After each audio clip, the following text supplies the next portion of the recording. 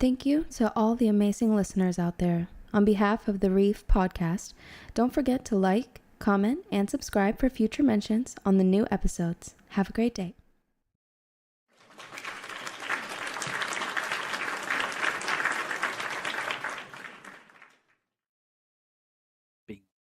Hello, everybody, and welcome to a special edition of the Reef podcast. I'm your host, Luis.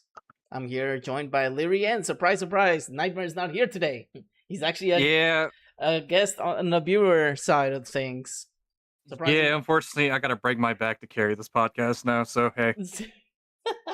I appreciate you being here. We actually have an amazing guest with us today, guys. Please welcome the one and only Davey Lusko. How you doing, sir? I'm doing okay. I appreciate the invitation. Man, pleasure to be here. It's been long running. I mean, I've been wanting to interview you because you have an amazing convention coming up that you're hosting, and we actually love retros here. So why not get you on the podcast here? You know?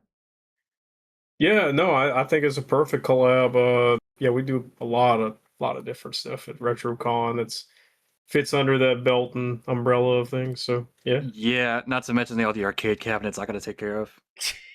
Yeah. In case you guys don't know, Lyrian is actually gonna be there as well. They're gonna be actually enjoying themselves, causing chaos everywhere. I'm assuming. More or less, given I have staff powers, how dare you, Davey, do such a thing? They're a pleasure to have, though. I love them. They're awesome. Yeah. So you okay with doing a little introduction, Davey? Let everyone know who you are and what you do and everything. Yeah, sure, absolutely. Whenever you're ready, I'll take it over. Go for it. Yeah. So I'm Davey Lusko. I run Louisiana Retrocon. Have done it since September 2022, and I started out on a journey. I used to do smaller events with a local card shop. I used to do swap meets, a lot of different stuff, and I had another team I was with. And we did it as a hobbyist thing in the beginning, but then eventually I disbanded. I wanted and actually Lee Rin was one of the people that was like, you need to just go do your own thing. You need to just not worry about anyone else, what they think about you, or anything they say about you. Just go do it. And I gotta say, Lee Rin, thank you, because you are one of the people that I feel motivated a lot in different times when I needed it, and I appreciate that. But I'm always the person that's willing to lend a helping hand. Oh yeah, no matter what. You're wonderful. But literally, it was just a thing that I was I wanna try and run a gaming event for the Louisiana area, and it's always been a passion of mine. I mean, there is a massive video game collection in this building I'm in. I've always collected games since I was 6 and had a Game Boy Advance SP practically instead of a baby bottle in my hands, I was a smart kid growing up, and I gravitated to the games immediately, and one of those things was Pokemon, and who knew that this year we would be doing the largest fan ran Pokemon themed event, and we did have the AIC championships here in New Orleans this year. But as far as a non Pokemon funded event, we're hosting the largest Pokemon themed event at Retrocon 2026 at Lamar Dixon on August 1st and 2nd.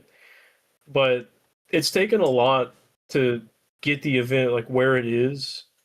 Lee Rin could tell you, they've been there since it was the very first show, and that show was in a small, small little gymnasium. And then back then, people were coming out of nowhere being I want to vend for this, man. I'm really? There's a market. I had a feeling it was going to be a good thing, but I didn't know it was going to blow up like it did over time. People were waiting in the rain outside in 2022 in the fall, just sitting out waiting to come inside. And it was just a small one-day thing. It was 4 hours, and then from there people were like, oh, we want you to do this again soon. And I'm like, how soon? And they wanted it like in a few months. So we had to do another one January 2023. We moved to a new gym location around the same size. And it did even more excellent off the highway where we did it in Gray, Louisiana. Mm-hmm. And then after that show grew about twice the size in that time frame, we moved to Morgan City.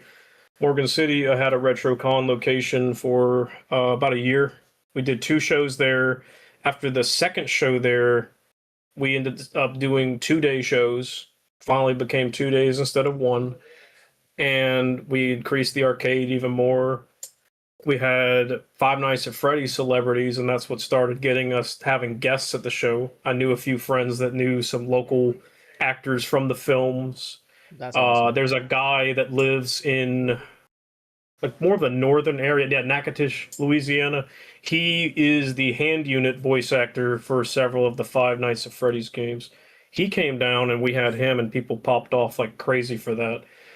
And that show did well. And then we had a show that this is what gets interesting, is I always tell people we were a hurricane event because we somehow even persevered through a hurricane. Wow. And after the second show at Morgan City, we were announcing our third show there, which would end up being a goodbye to Morgan City for a while because the center canceled on us. They were like, oh, we'll get you new dates. And then they didn't get new dates in advance. So it was like, okay, what are we going to do? So we had to like move it to Lamar Dixon Expo Center in Gonzales. And it's been, for the most part, wonderful over there. We have our own like troubles over there, but any location, it's always had its challenges. But we always make it work. No matter what, you're always going to have a wrench in the gear and a puzzle piece that's missing, and you have to solve that problem. But we make it work. Mm-hmm. And the first few events that went over there, it did very well. And even for a hurricane event, we had to reschedule it within 2 weeks.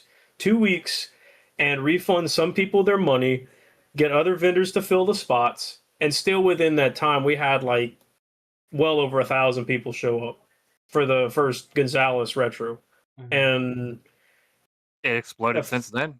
Yeah, and then a couple shows after we did, what was it, Sonic and Mario, and then people loved it that we were switching to more of the retro game themes and featuring big anniversaries. Like when the Sonic 3 movie came out, we decided to do Sonic theme because we knew everybody would be on board for that.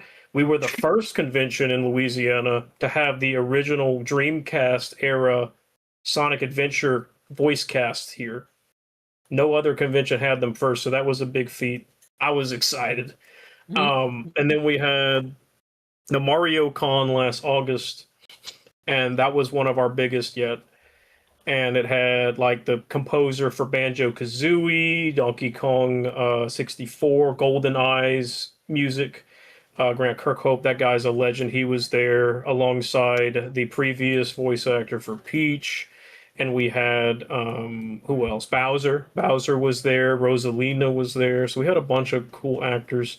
And another thing that we do very different than most Comic-Cons is we'd like to make it more focused on affordability, family fun, and just offering overall an entire experience for the whole weekend versus being like, hey, here's 100 guests that you're going to go waste all your money on, and you're not really walking away with that much.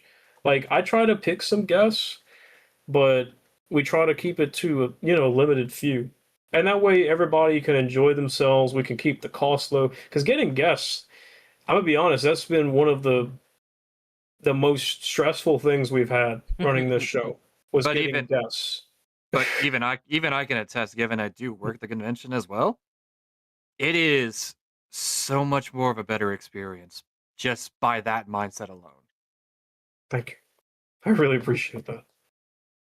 Well, but I feel like you have to care about the consumer. A lot of these events, they don't care. They see people as numbers and dollar signs and not human beings. When you walk in that door, we want you to be felt as though you're a part of the family. It's a part of the experience, and you're adding to that experience by attributing and being there. That is the goal of Retrocon, and it has been from the start. I wanted to build a community where people can coexist, make friends, and just grow. Because a lot of people that are gamers just sit inside, they don't have a place to go, and they need something like this. People need community to have immunity, Mm-hmm. to live, I feel like. Speaking of that, I do have a question. This is a personal question. Go ahead. What do you think would be the 10-year goal from here on forward? Like, do you personally think that this could turn into like what we call over here the next MechaCon, or even something close to that? So, respectfully, this is what I tell everybody. I don't want to be the next MechaCon. And I've had people ask this question a few times. They're like, "Oh, so," and like when it started, they were like, "Wait, is this the new Mecha?" Because certain things to them felt like Mecha, or it kind of resembled it because I guess just the good nature we had. Shout out to them, by the way. We all miss their show. That's a legacy event. Yes, very much so. I know the Russos, and they're good people. So yeah, that was a great show. But there has but there has to be like a goal for the future. Well, no, I don't like. This is what I'm trying to say. I don't want to replace someone else's legacy. I want us to make our own legacy. And that right, I would like to continue expansion as we go forward. Honestly, my 10-year goal would hopefully to be having this go across the nation. I would like to expand to other locations. I think Mississippi needs a location. There's no video game con there yet. I wouldn't be surprised if somebody watches this and goes claim that though. But I'll tell you a fun fact. So while we're on this subject, before we did the second Louisiana Retrocon, I kid you not, I was going to register the domain for the website louisianaretrocon.com. Oh wow! Now, if you go look that up, that's not our site. It's louisianaretroconvention.com, because some buyer out there that buys domains and flips and sells, I will never know who they are. Mm-hmm. They decided, I'm gonna buy this IP and try and sell it to the owner. That's pretty much what they did. Oh yeah, so it's out there.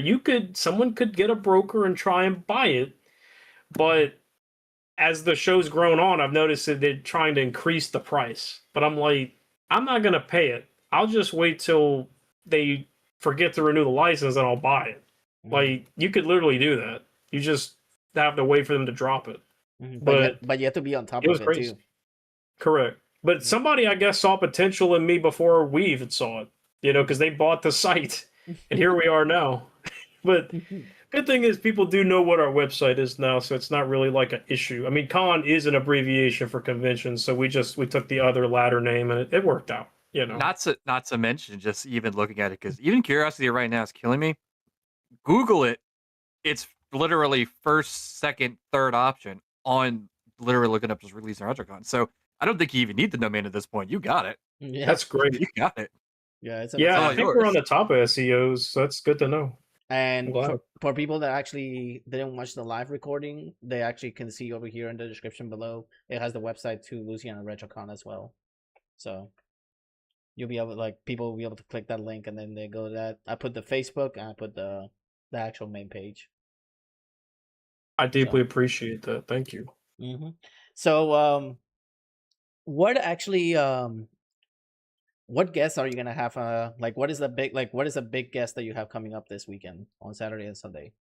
Oh shoot! So honestly, this is a lineup that I'm really excited for. I feel like we come full circle with this, because usually we try to go for a singular theme, and this time I find we made it more of a plural theme. Like, it's a hybrid. The main focus, of course, is the 30th anniversary of Pokemon, as it is the biggest IP in the world. Look it up. I'm not even joking. It's bigger than Disney.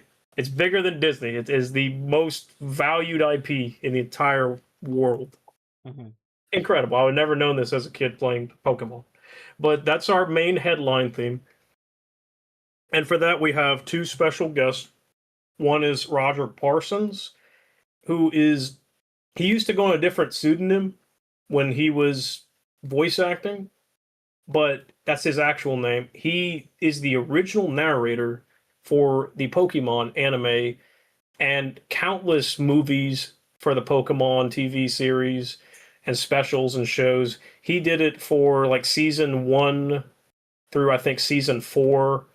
There was a certain section of the anime where Mike Pollock, the voice of Dr. Eggman, took over, and then they had him like retire the role, and then they had Roger come back, and he did it through I think season 25. So he's done a majority of the Pokemon show. So if you have old VHS tapes or just a DVD you want signed from the show, heck, if you have Topps Pokemon cards from the 90s, get Roger to come sign it, y'all. Like, this is, to me, history, getting this guy. He's like 80 something years old. Like, I'm really excited to get him off the plane on Friday and have him come see everybody.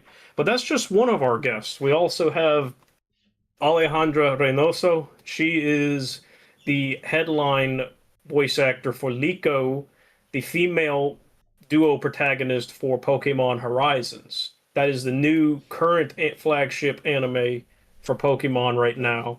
This is after Ash Ketchum has left the journey. He has completed his journey as Pokemon World Champion, and this is a totally new adventure with two new protagonists. It's a male and a female protag. She is the female lead, which is one of the more main characters for this show, and she also voices Pokemon Smoliv, Dolive, I think it's Arboliva, and Dratini, Pachirisu, and a multitude of other Pokemon characters. She's also one of the fairies from Winx Club, the show on Nickelodeon.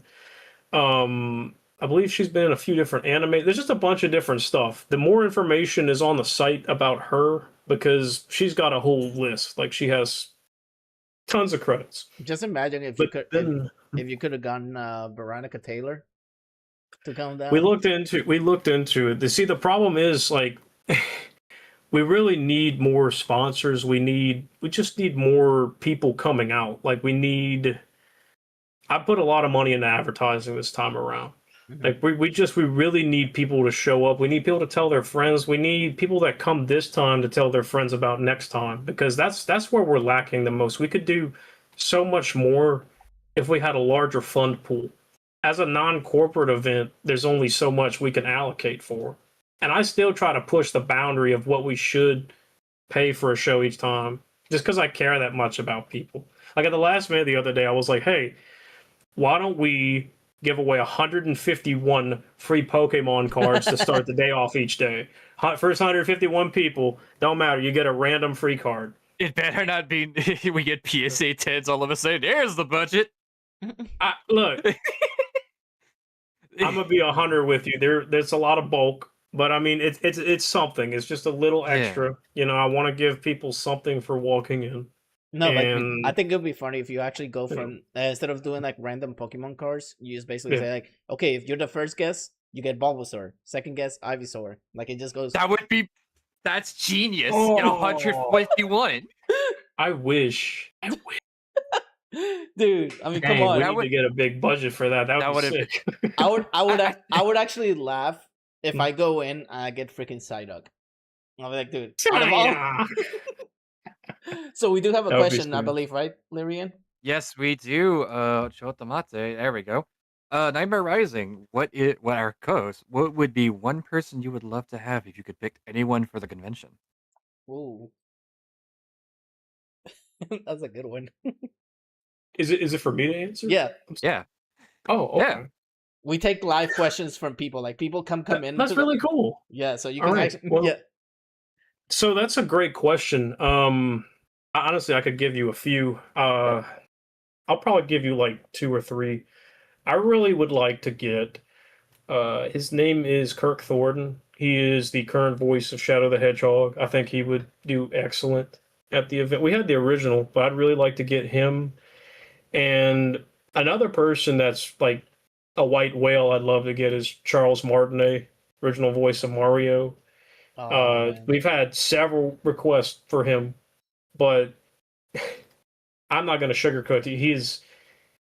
He is like practically the budget of this show that we're putting on to get, like, that's his contract.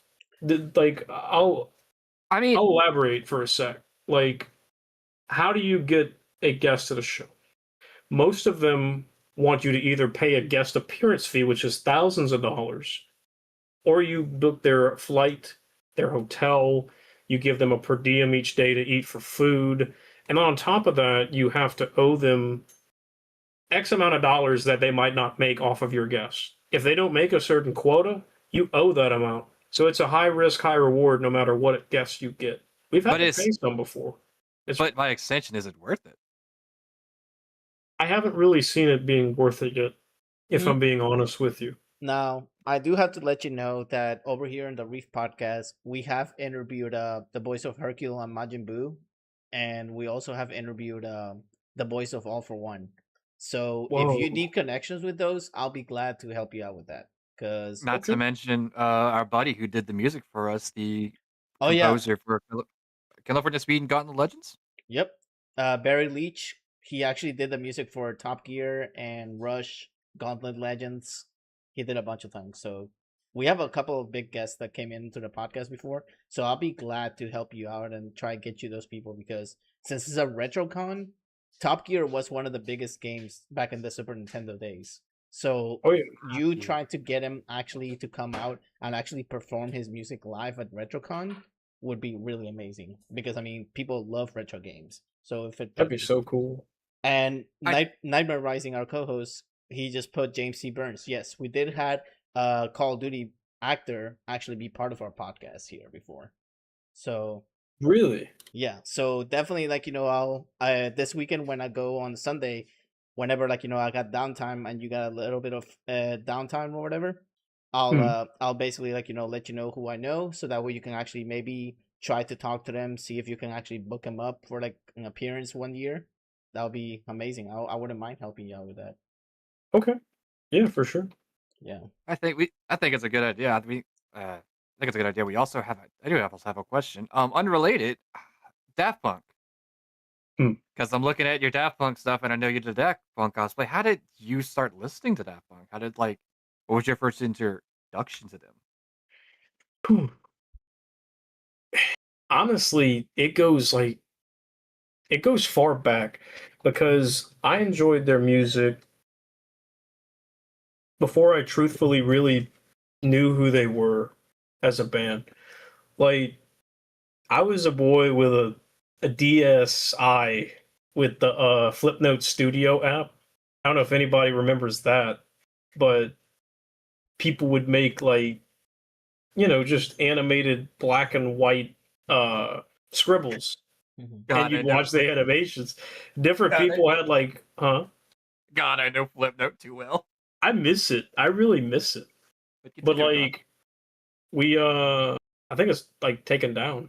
But no, I just remember they would have like early 2000s memes from YouTube on there, and that was like the first time I really had contact with a lot of references online that were circling around cyberspace. But no, one of the biggest things was they would have work it harder, make it better, do it faster, makes us stronger more than ever. Hour after hour, work is never over. But yeah, no, I love Daft Punk so much. I actually had one of our special guest artists that will be at the show this weekend. If y'all can support Casey Ferrari, he made this gorgeous piece Whoa!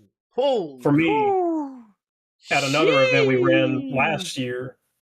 But I love Daft Punk a lot. Hey, I So got when as soon as I saw that profile picture, all I did was this, just like bow down. I was like, yes, another Daft Punk photo.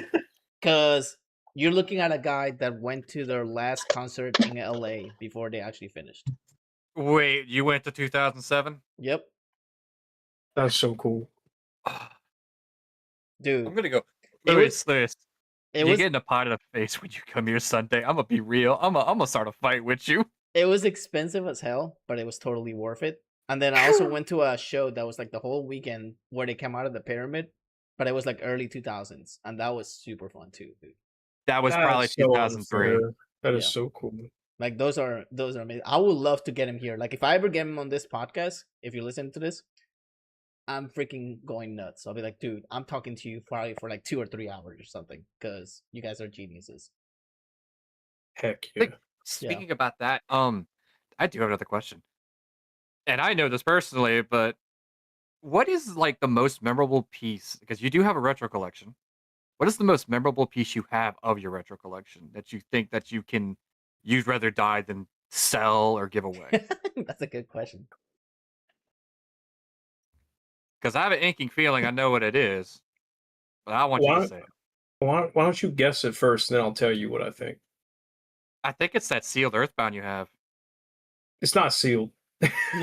Well, the No, one in the plastic honestly, case. so I would be willing to sell one because I have two. I have two copies. Oh wow. I have that one that you saw me get at the swap meet that one time. I know that's the one you're talking about. And then I have a Yeah. second one. I don't know if I ever told you this story. The second one, a dude literally drove to my house on his bicycle, and he also sold me a Nintendo Power magazine with it Oh my for like god. 50 or 75 bucks for both. And then I found his phone number years later, and he's like, I was like, you still have stuff? And he had a whole box full left to sell me of Nintendo Powers. Damn. And so now I have a Nintendo Power collection that's worth way more than I paid for it. But honestly, if there was something specific I wouldn't sell, it would probably be my GameCube collection. That's what I first started with, was GameCube and then the GBA games, Game Boy Advance. I gotcha. So probably not my Pokemon games from a kid either. I wouldn't sell those. Like I have literally saved the cardboard boxes since I was like 6. I I think still have the boxes. I think the only thing I have, like, personally as a collector thing, I mean, not here, but at my dad's house, I have a sealed gold cartridge Legend of Zelda for Nintendo. Oh, Graded 9.8. awesome. So that thing is worth a lot. And because my dad, what he does is he has a room that has every single freaking console. It's crazy. But That's so cool. it's amazing. Yeah. We do have another question I'm memorizing. What is the oldest piece in your retro collection? That's a good question. Okay, are Pokemon we Crystal. talking like a game or like hardware? No, I have stuff that predates that, actually. Oldest period, I believe. It would probably either be my RCA Voyager 2 or my Magnavox Odyssey 2 collection, I would say. One of the two of those. I have like Atari 2600 games. I have, I mean, shoot, I even have arcade machines in this house. But like, yeah, but like, I would say the oldest. Oh, I also do have a Pong, like a home Pong machine that plugs in from back in the day. Because hmm? Yeah, because personally, I know you want the actual arcade Pong machine. You want an actual like. I would love that. I've actually been one of those. That'd be so cool. If I'm not mistaken, you're also gonna have as a guest the guy that did the multiplayer announcements for Halo, correct? Jeff Steitzer. That's right. I'm excited to meet I him. can't wait. Because I mean, He did an awesome promo the other day. dude, I saw it. Like oh my god, he basically said, like, Yeah. if you want to come say hi, just come say hi. Like, he's like very down to earth and everything. I was like, Oh, dude, he's a nice guy. yeah. No, like as far as like, and that's the thing I think some people don't realize. It's like with guests, most of the time you can at least just go talk to them. Like it costs for signatures and autographs and maybe like, but a conversation special, is like, free. yeah, you can go talk to them. Like that's always a give me. See, that's what happened which is whenever nice. whenever I was trying to get the Voice of All for One. Literally, I bought him crawfish. I bought him a lot of things and stuff, and then he's That's like, cool. like basically, I was just like being like nice to him and everything, and eventually he's like, "Well, what can you tell me about yourself?" Like, okay, well, I can. He's like, "Dude, just sit here." I was like, "Okay," so I just sat next to him, and we started talking, and then eventually I let him know about the podcast, let him know that we interviewed Hercule and stuff. And I was like, "Dude, here's my number. Just let me know when you want to do it." I was like, "Damn." I think that by extension, like this entire like trifecta right here can like say, hey, kindness is nice, kindness is awesome, kindness can get you a lot of things. Well, you want to make them Yes. feel comfortable too. Like you don't want to be like the guy that basically is like, oh my god, it's this person. Fair. You want to treat them like they're actually normal human beings. Because if you actually Mm. act like a hyperactive, like person, they tend to back off because they're like, whoa, this guy's kind of like a little weird because he's Yeah. being all hyper and stuff. While if you're actually professional, you come with a plan, you let them know what you're doing and everything. they basically are super chill. Like they basically talk to you and everything. Oh yeah. See, one cool thing about when you're on the side of all this like madness, like planning this thing, is when you pick up the guests and you take them to the hotel each day. Mhm. Like that's what I've had to do for this show the past few times. And it's really cool getting to know these people because it's like you said, you know, like some people think they're like these deities or, you know, higher than thou people. Mhm. And that's cool if you have your idols and all, but at the same time, like they're no different than you and me. They're just Exactly. people that landed an awesome role in a really cool position to be in. And like it's okay to be excited, but after I've done this so long, it's like, yeah, you realize they're just people, Mhm. and you know, treat them the same way you treat anyone else, and you actually do get more. Mhm. It's really fun. Oh. So here's a funny question. What is like the most embarrassing thing that has happened to you while you're hosting Retrocon?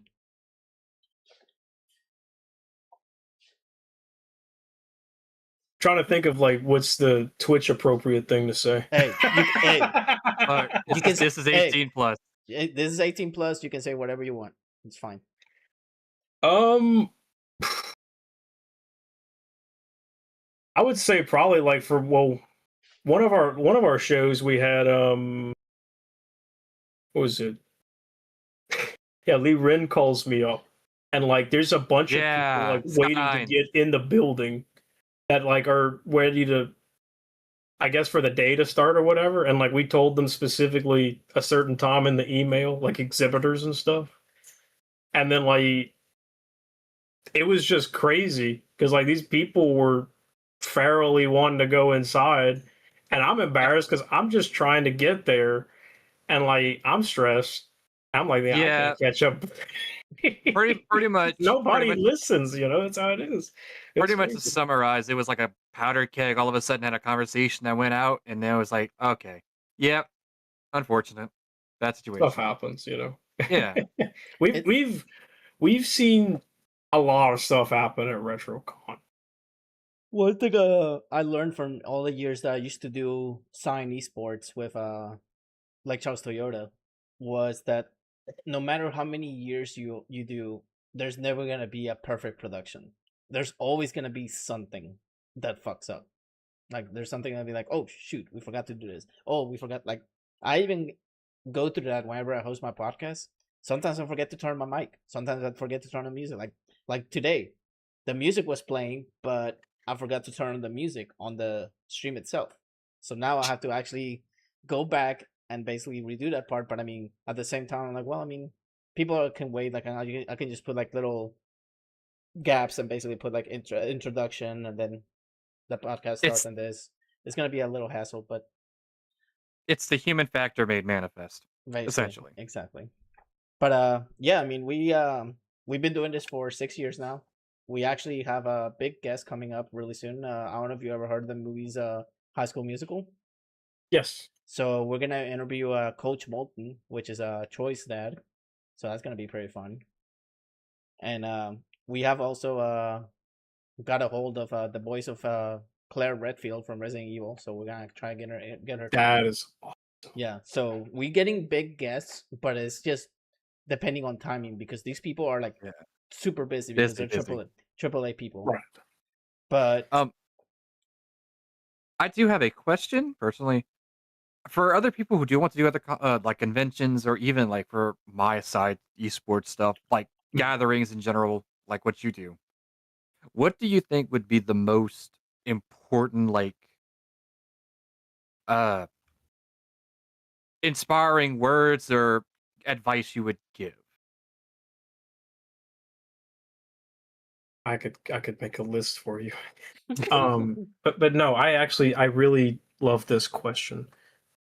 So my advice would be do what you think is best. Like if you want to create something, then go your way with it. And don't let other people tell you how you need to change it. Don't let everyone try and dictate and compare it to something else.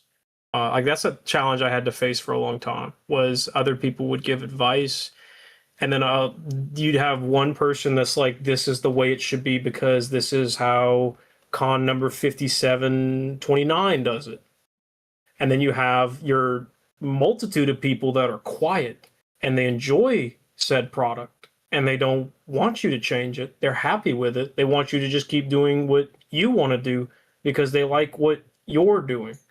So I guess my advice would be like, you set out and you try and do the goal that you have in your mind, because that's how us creators make stuff. We make stuff originally. You can't duplicate greatness. You have to go out and find it and you make your thing. And there's no perfect plan. Like, I've messed up running this show many a times. I've made mistakes. I've ran my mouth. I've made a lot of things I regret. But we become better people from the fallbacks. We pick up the pieces and we go for a better life. We fix things and things improve. And I guess I would just say, like, don't take people's criticism, don't take people's words too harsh. Like, that's something I still struggle with every day. Because we'll get some people online that it's like, we're running a paid ad right now, for instance. I had somebody, I don't even know who this guy is, and I think he's like 50 years old, and I'm like, what? How is your opinion even relevant to this shit? I don't think you're coming to this. Like, he was like, I think this sucks. And that's all he said. And I'm like, can you tell us why it sucks? Like, what's the problem? But it's all about learning how to just battle the inevitable, and sometimes just not even dealing with it. Because I've learned over time, if you just listen more rather than speak more, you'll learn a lot more. And there's people out there that will try and bring down your day no matter what. And you just can't let them. I completely agree with that. Because sometimes I get people that are like, "Oh, you've been doing your podcast for so long. Why you haven't been partnered yet?" Or anything. I'm like, "Dude, because I do it for fun. I don't do it for like if you make it a process, it'll become a lot less unbearable, a lot more unbearable. Absolutely. No, like he's a guy that we used to have for the show many years ago, but we had a disagreement. He disbanded. But he was, and he's trying to, I think, do his own convention now. But like, he was trying to tell people, like, why is Davey not charging X amount of dollars to his attendees? He was like, he could be at least charging this much or that much. And that was like after the third show. We were still building stuff. It still was growing. And I felt like, okay, it was like $10, I think it was, to get in. And I'm like, this is what in my mind seems fair. This is how the economy is right now. And this is the demographic. This is the area. And realistically, I just think it's a fair price. And I've just always wanted to keep it fair, and that's what it is. Like you said, you do this for fun. I do this because it's something I love, and I want to keep allowing more people to come in. I want it more accessible to most people. I still get a few people that are like, oh, it's too expensive. But I'm like, okay, where else are you going to go? Because our tickets are like $30 for Saturday. Most shows charge $50 to $70 for a single day nowadays. Mm-hmm. And also, where are you going to go in the economy that we're dealing with right now and enjoy yourself for about $3.87 an hour? That's about how much we calculated it to. Mm-hmm. There's a free arcade in this place. We got Pokemon coloring books in an area for the kids to go draw and have fun with. We got Giant Connect 4. There's a whole giant board game area full of life-sized board games. There's tabletop. There's Pokemon TCG. There's a trading area for handheld devices and Pokemon cards physically. Buy, sell, and trade with all of our vendors. Like, it's just an everything event. There's so much to do. The initial and there's a movie theater I'm building for this show. We're going to have a miniature movie theater with free old school Pokemon movies playing all weekend. And there's free art classes too. Don't you have like a Pokemon movies playing this weekend as well? Because the anniversary? Yeah. I saw that you had I Choose You. I was like, I told my friend because he's never watched it. I was like, you need to watch towards the end when Pikachu talks to Ash. He's like, "What?" I was like, "Yeah, I think it if you trips ever, me out every time. dude." if you ever, Did you guys ever see the live reaction of the guy in theater that recorded it when he talked? No. no, So- that's ancient history. Tell me about So- this. So basically, like, this guy recorded like the end when Pikachu actually talked, like when Ash said like, "Pikachu, why won't you get in the Pokeball?" He's like, "It's because," and then like the guy that's recording is like, "What the fuck?" Like just his reaction is like, "Whoa, no way!" Like and everyone's like clapping and everything because he's talking. I was like, I never actually figured out the theory on that. Was Ash unconscious hearing Pikachu like that, or was he really understanding Pikachu? So that's why I want to get like some actor that or actress that worked on this movie, or somebody that a director or a screenwriter or something, to ask him that question. What was the meaning behind that? Was he unconscious? Was he almost dead? I want to know. Yeah. You got to do it. Like, Yeah. I want to know this answer now. Yeah, like We do have a question from Nightmare Rising. What is the funniest thing that's happening to you during the convention? the funniest, not the embarrassing, but the funniest. Mm-mm. I'm trying to think of something that's actually funny. Oh, so there was one time we had an after party for it's funny, but it's also kind of sad. We had an after party in Morgan City. This was a few years ago. But I had a friend that kept like buying drinks for me, and a few other vendors were like, "Here's some drinks and stuff," and like I didn't handle it that well. Let's just say I didn't handle that well.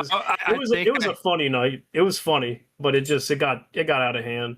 And we just anytime we ever go back to that location, we just joke and we laugh and we're like, man, those poor employees had to mop up the floor. Jeez. It was a crazy night. It was funny though, but it's funny to laugh at now. We look back and we just laugh at it. You guys ever had any guests actually say like, hey, we're gonna be at this location after the con to like, have a drink or something like that, or anything like that? Because I know some conventions do that.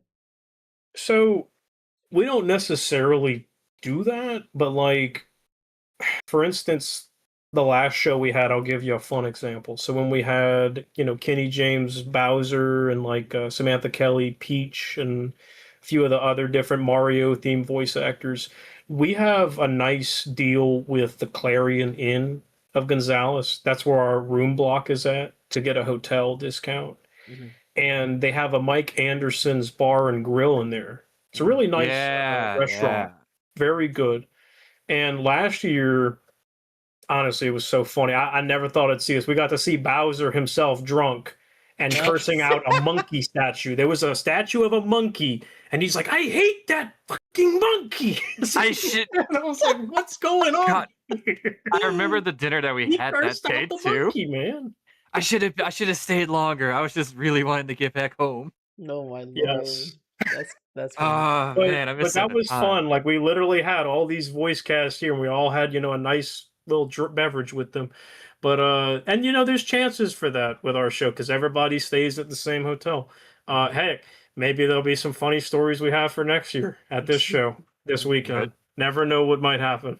So, anything happens at conventions. That is true. I do have one genuine question. What do you think would be the perfect ideal video game in your eyes?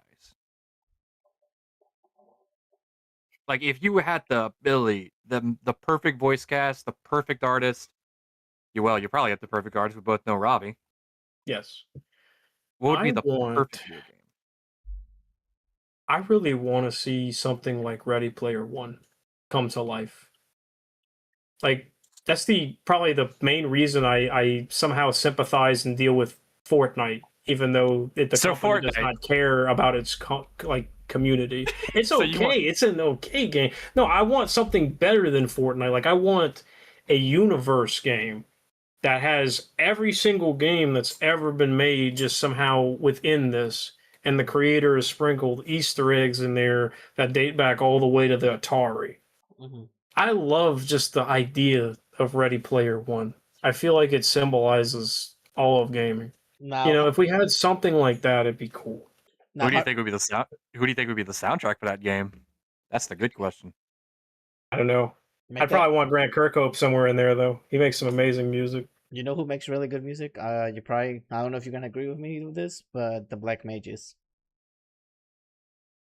I'm not sure if I'm familiar. What are They- they known for? They're known for Final Fantasy music. I've seen them live before. Oh, okay. Yeah. Fun fact: I'm not a big turn-based person. I don't play a lot of RPGs. Yeah, I like Pokemon, but I Yeah, haven't played a bunch. What I like too is that a couple years back over here in my town, I went to something called Video Games Live, and literally they would actually play music like orchestra music while you're playing the game.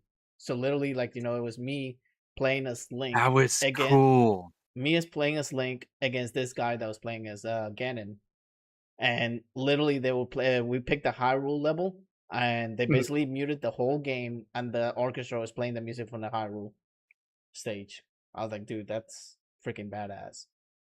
That is incredible. Yeah, dude. Like That is amazing. it was a fun time, and I'm really pissed that they only came once to my town.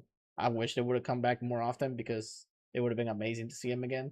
But then, like I said, I went to see Black Mages, and that was just I was speechless because I'm a big Final Fantasy person, and just listening to all kind of music from that game, I was like, dude, this is incredible. Like it's an incredible experience, weekend experience. Yeah, absolutely. speaking about that, this is how I personally know you. Smash. I remember you're a NES main. How did you start playing that? Because I remember It's we were just- competitive. I know.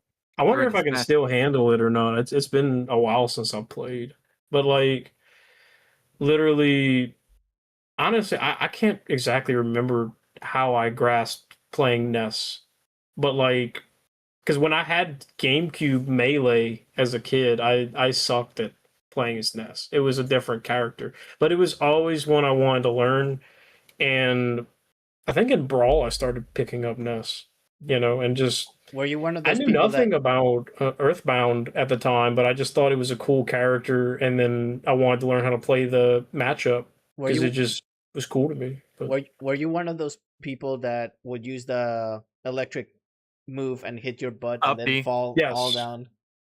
oh yeah, I know how to use a. No, but I'm saying in the Did it- beginning, that's what happened to me when I was trying to play as Ness. Oh, you mean to go a recovery? You mean and go down? Yeah. In the Smash scene, It it's used to happen. it's Yeah. it's a dedicated. It's like that's the whole reason it's there. It's just really good at recovery. Oh yeah. Well, because it also counts as an attack. Mm-hmm.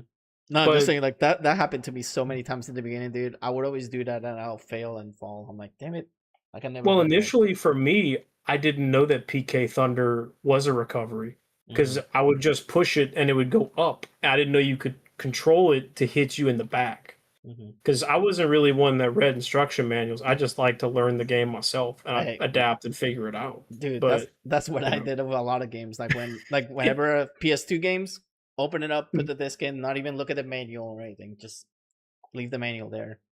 But see, even if I don't use them, I absolutely despise it that physical media is dying and they don't want to put a piece of paper in the box anymore. It says, hey, this is how you play the game. Here's the characters. Oh, here's the perks of having this game. You don't have Everything's none of that anymore. tutorialized. You know what I miss? Yeah. I miss the Nintendo magazines a lot. I miss those that you would always find the fatalities for Mortal Kombat, the ultra combos for Killer Instinct, all those things, man. Absolutely. But It was a different time. one game that I'm actually been playing quite a bit. I mean, I barely have slept because of this game. I've been playing Avatar: The Fighting Game, Okay. and They made a fighting game? yeah, Yeah. Really? I gotta It's- show you some infinites. Like This is it's cool. insane. well, what I like about it, Davey, is that it's $30 and it actually has crossplay, so you can play PC, Switch, PlayStation, and Xbox. What? Is this a And recent game? it's a recent Yeah, it game. came It out just this came out year. a few days ago. And if you're a fan of the show, like Avatar: The Last Airbender, they just released a movie that took place between Last Airbender and Korra. That is dope. And I That is dope. stayed up till 3 a.m. waiting on Paramount to release it, like to say, hey, it's available to play now. And I had like 8 of my buddies. We were all like eating ice cream. We're like, okay, we're ready. We watched it. We're like, dude, this is amazing. After we finish watching, like, let's watch it one more time, just so we can look up Easter eggs and everything. And dude, amazing movie, amazing production. I mean, it's not the same voice cast, but still memorable just to see the gang again. It was great. And they said already that because the way this movie has trended, because it was number one for the whole day and animated in Paramount, which is crazy.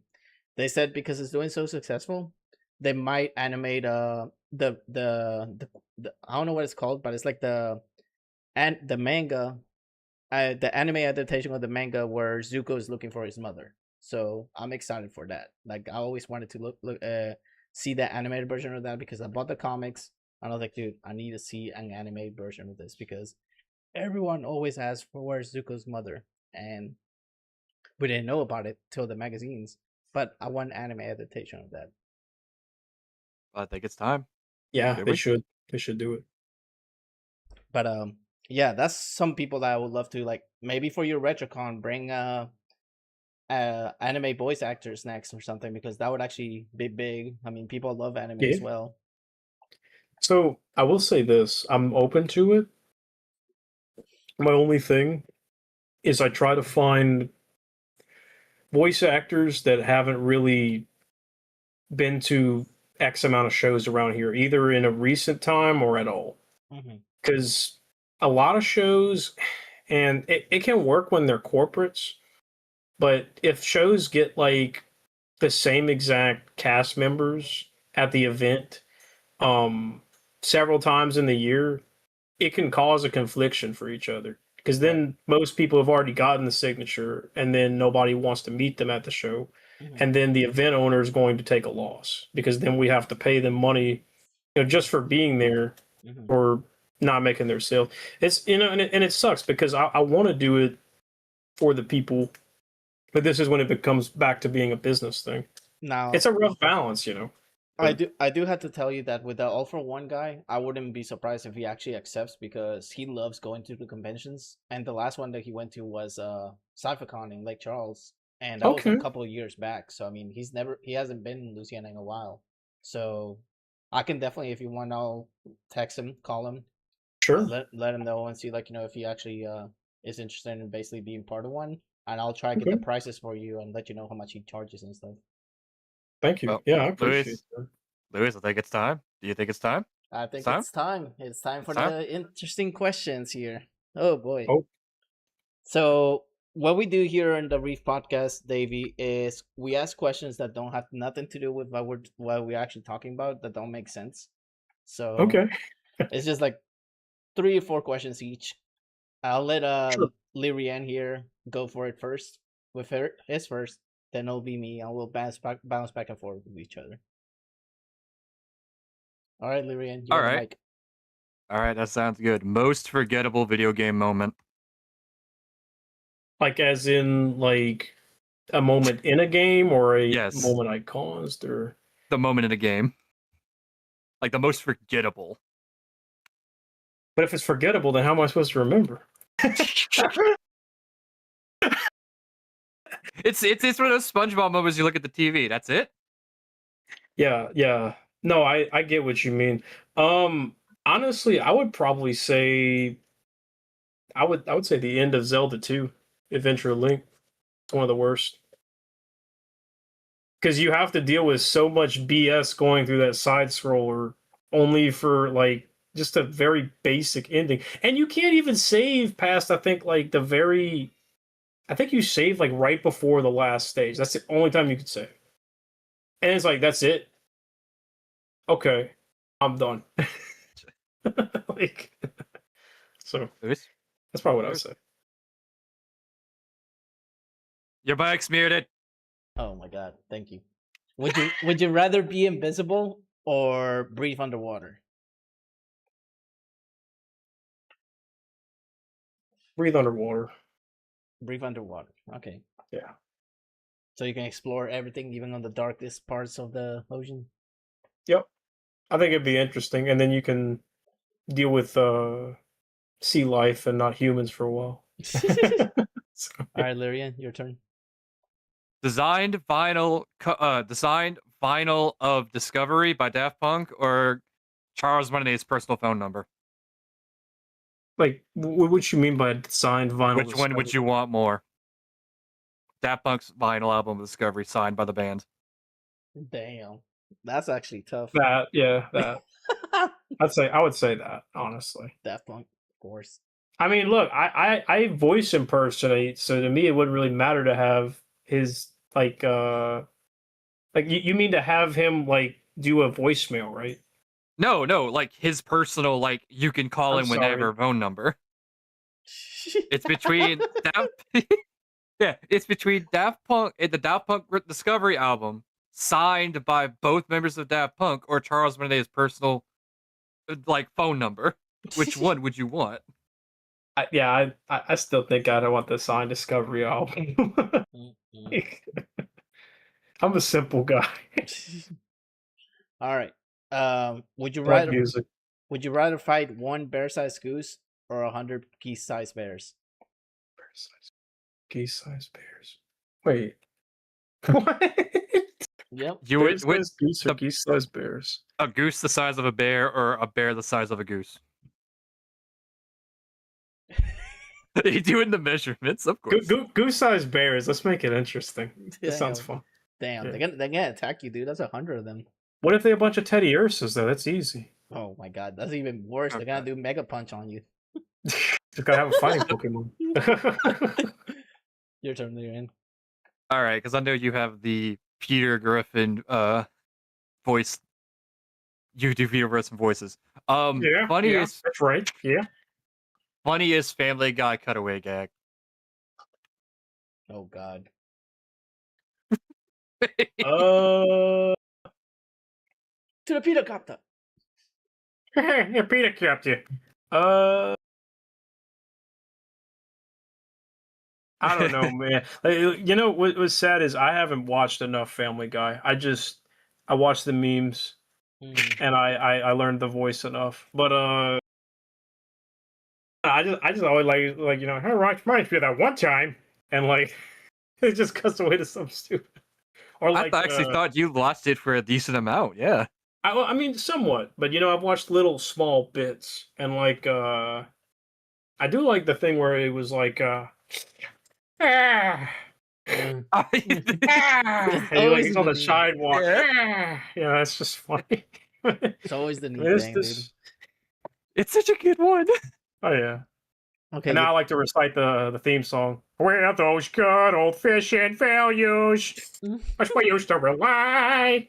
But I need to brush up on the show and come up with some new tags. I just say what I want in the voice because everybody's like, "Oh my god, isn't that from one of those episodes?" And I'm like, "Nah, it's just me." That's funny, dude. That would be big for Retrocon. Huh? Bring Seth MacFarlane into it, dude. Holy shit! I wish we could have a face-off on the stage. Oh god, that would be like just basically say quote whoever says the worst quotes from the show. Like, oh my god, he won. He got the worst one. But all right. I think it's time for that question, Lirian, that we always ask. You think so? I think so. All right. Okay, I do have one more. Okay, go ahead and ask it, and then I'll ask the one final crazy question. What do you think is the worst design video game controller? Dreamcast. Like, what is the worst? Nintendo 64. Really? How am I supposed to use my three hands to play that game? Like, it's ridiculous. Also, I mean, my second runner-up, some people are going to hate me for this. I don't really care for DualShocks that much. So PlayStation? Yes. Okay, I need to turn this off. I just for me, I really like Dreamcast. Xbox controllers, so I understand. DualSense. No, Dreamcast is actually a rough controller because you have like the dongle coming from the bottom, and they made it to where you link it through there and just. It isn't that bad of a controller because I have a don't like it. Dreamcast. It's not that bad. I do not like it. I like the virtual memory unit aspect. I think that's cool, but not having the plug in the bottom is a problem. I feel. Look, Like. Dude, I'm gonna bring my Dreamcast and make you play Code Veronica X to see how good of a controller it is. If you make me do that, I swear I'll just grab your Yes. controller and give it back to you, and then go to jump I will jump dive go. in a trash can. I will bring my Dreamcast and I'll get some wires for it. No. Mm-mm. I see Nightmare was happy with my response. Xbox Yeah, he's like, Master yeah. Race.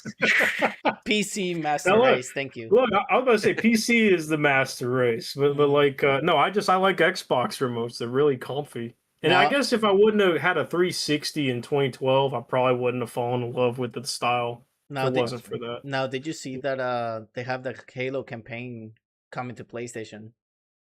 I did it's- see that. And it's gonna be crossplay. You can crossplay with PC and Xbox. That's dope. Okay. Other than that, that's all my questions. Yep. Ready to go. All right, so here comes the final question that gets everyone weirded out by the podcast. So, okay, are you a cereal person? Like, what kind of cereal? Like just any cereal in matter. general? Like, do you eat cereal? It has to be a weird day. Okay. Do you pour the milk first and then the cereal, or the cereal first and then the milk? I'm not a psychopath. I pour I do the cereal and then the milk. That's always how I've done it, I guess. Well, now that you said psychopath, you're talking to one, because I put my milk first and then the cereal.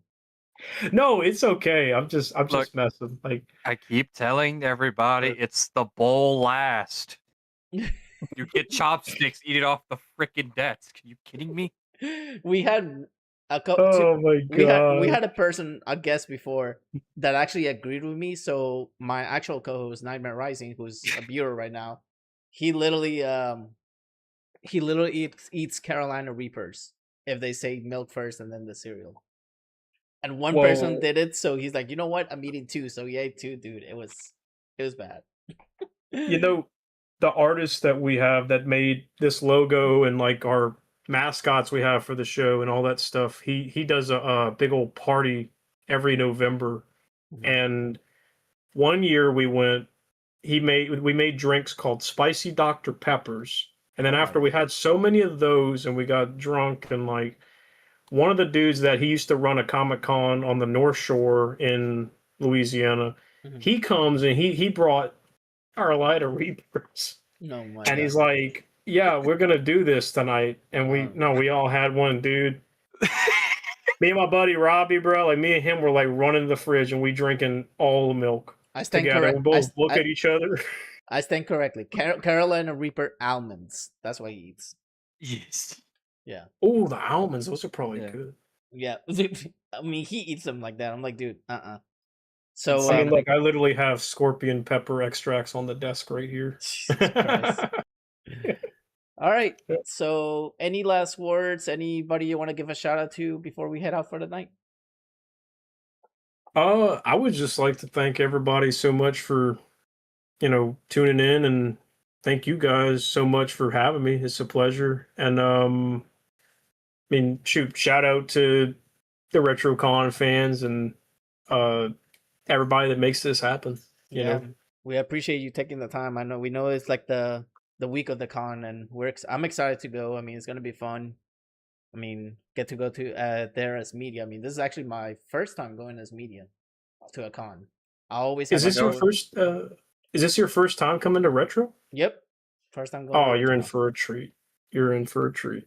Has Lee Ren told you a lot about it previously? I don't want to know Not much about as it much. because I want to be surprised with everything. Because remember, I told you I'm gonna be recording, so that's why Yeah. I'm actually.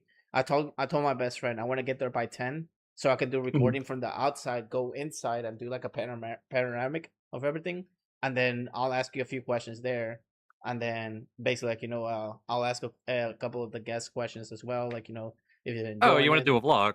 Yeah, basically it's almost gonna be a blog for the podcast.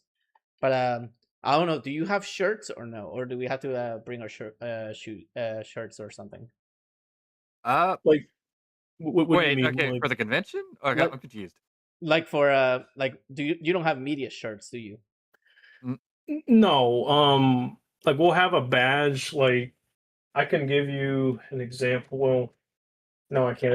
It's on a thing. I can't grab it. But It's on the corner. this is actually okay. You know what? We'll actually give Like I say, we will give an unintended plug real quick if I can just grab this thing right here. How many you have up there? No, I have a whole like lanyard like stash right here. Like I'm not even joking. Oh yeah, I know the one you're talking about too. I know the one you're talking about too. Right. Okay, you know what? There we go. This thing is being stupid. I'm sorry, y'all. Oh no, it's all good. Anyways, shout out to Pelicon, which is September, the month after mine. I have a friend that runs this, but y'all will have it's not this badge, but I grabbed the nearest badge I have. But y'all will get a lanyard with a badge, and it's going to say media on it. But we do have shirts for purchase. Our artist finished the design the other day, and we're getting them processed now. So I'll probably be posting that tomorrow sometime, and then I'll definitely wear my pretty sick design. I'll definitely wear my podcast shirt that day then. You should. I think you should. Yeah, so that way they know, like, because it'll say I'll have the lyrics as media, but they'll say also the Reef podcast or whatever. Do you have business cards? You should bring some. I used to. That'd be a good idea, actually. I know. I used to have business cards, but dude, what's it called? Vistaprint? Get you one of these. Expensive. Should get you one of these. It's a wristband. Oh yeah, I know one of those. Like literally, you can tap this to it. Mm-hmm. It's a QR code reader. Oh wow! It's probably not going to work right now for me, but like you tap it and it'll take you straight to the link. Oh yeah, it's like Amiibo chip. It's like Amiibo chips. That's literally the same thing, yeah, because you just tap it. So, all right, ladies. Yeah, I'm excited to have you. It's gonna be fun. Yep, exactly. All right, ladies and gents, thank you so much for tuning in. Lyrian, I appreciate you being the co-host for today. We know Nightmare wish he could have been here, but hey, I wanted you to have the special night because you know Davey and you know Retrocon, so I figured that's why I brought you in to be the co-host here. We appreciate Nightmare Rising for keeping an eye on the chat on both sides of YouTube and Twitch. You as well, Lyrian. Thank you so much for being here. And Davey, we look forward to seeing you on Sunday. It's gonna be fun. I appreciate y'all coming. Like seriously, it's gonna be great. Thank y'all. As always, today's episode was broadcast live on Twitch and YouTube. If you couldn't make it to the live segment, feel free to watch it on Spotify, Amazon Music, Apple Podcasts, and IHeart Radio. Links on the description below. See you next time.